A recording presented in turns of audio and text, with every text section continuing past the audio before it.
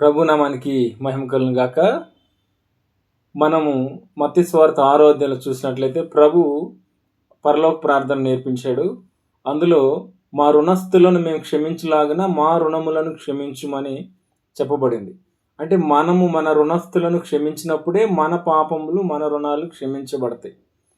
మనం ఎవరిని క్షమించలేకపోయినా సరే మన పాపములు క్షమించబడవు అనేది చాలా స్పష్టంగా ఉంది.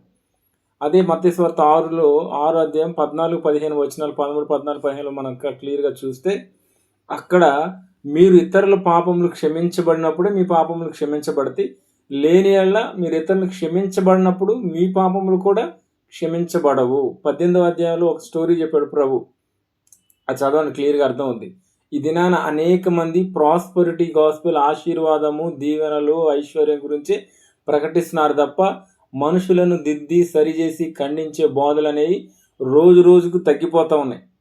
మనం గమనించుకున్నట్లయితే మనం ఇతరులను క్షమించకపోయినట్లయితే, ఒకవేళ నువ్వు రక్షించబడి మార్పు చెంది గతంలో నీ తప్పులన్నీ ఒప్పుకొని దిద్దుకొని ఒక మంచి జీవితం జీవించినప్పుడు కూడా తిరిగి మరలా నీ పాత కక్షల్లో పాత పగలను జ్ఞాపకం చేసుకొని ఇతరులపైన నువ్వు పగ తీర్చుకున్నట్లయితే, లేదంటే ఇంకేదైనా కారణం చేత ఇతరులను నువ్వు క్షమించలేకపోతున్నట్లయితే నీ గతంలో నువ్వు క్షమాపణ కోరుకున్న పాపములు కూడా తిరిగి మరలా నీ మీద ఏలుబడి చేయడానికి అవకాశం ఉంటుంది. దాన్ని దేవుడు మరలా ఎత్తి చూపడానికి అవకాశం ఉంది.